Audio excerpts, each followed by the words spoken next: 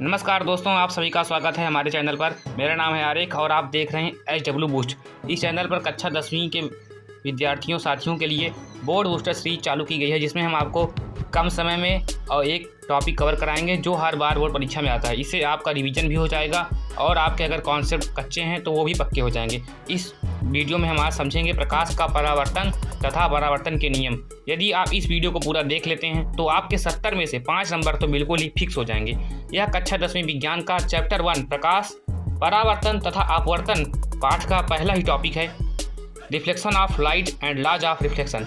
इसमें हम लाइट के बारे में पढ़ते हैं इस चैप्टर में, और जो प्रकाश होता है वह एक प्रकाश स्रोत से आता है जिसकी बहुत सारी घटनाएं होती हैं जिनको हम इस चैप्टर में पढ़ते हैं। जैसे कि प्रकाश का परावर्तन। प्रकाश का परावर्तन जब किसी माध्यम से एक प्रकाश की किरण आती है तो वह किसी चिकने या चमकदार तल से टकराकर पुनः उसी माध्यम में वापस लौट जाती है।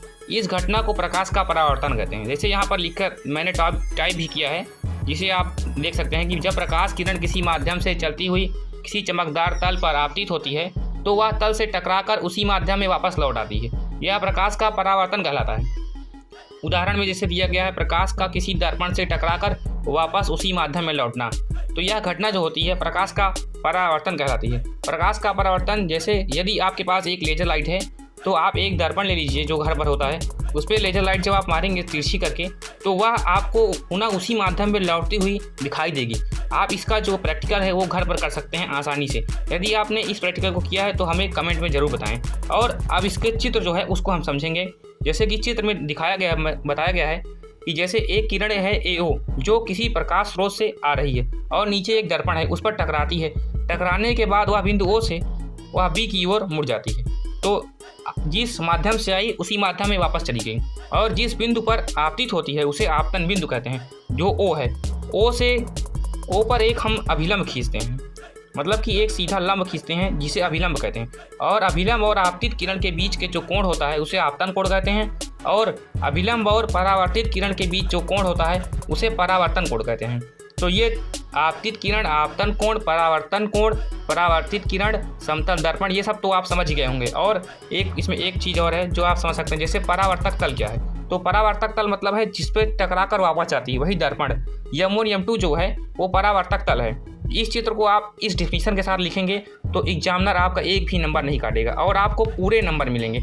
और यह इस क्वेश्चन से, इस टॉपिक से विकल्प में भी क्वेश्चन आ सकता है।